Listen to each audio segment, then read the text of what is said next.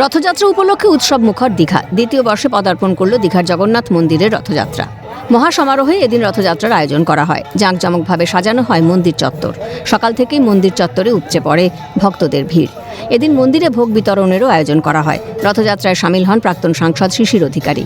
তিনি ঝাঁটা দিয়ে পরিষ্কার করেন জগন্নাথ দেবের পথ। এরপর আস্তে আস্তে এগিয়ে চলে জগন্নাথ, বলরাম, সুভদ্রার রথ।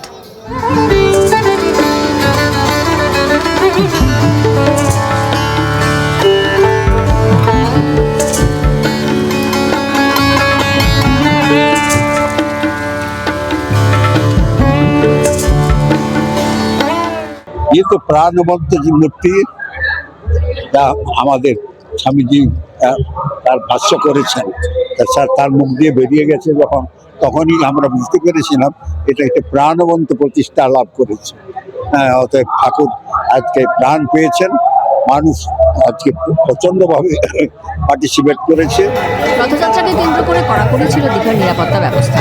ভক্তদের সুবিধার্থে নেওয়া হয় একাধিক বিশেষ ব্যবস্থা। প্রশাসন কাল থেকে অনেক দিন থেকেই প্রিপারেশন নিচ্ছিল। কালকে ডিএম স্যারও এসেছিলেন।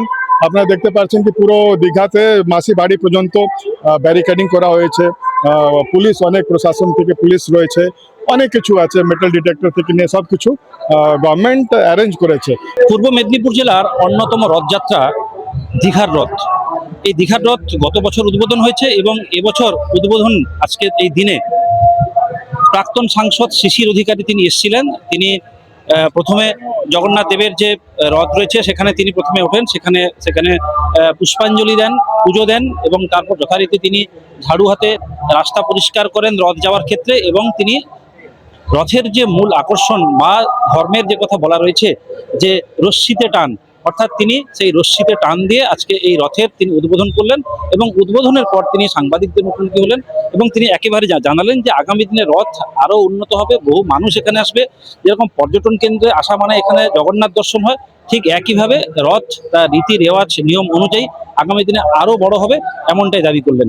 পূর্ব মেদিনীপুর দীঘা থেকে বিনোদ মণ্ডল, ক্যালকাটা নিউজ।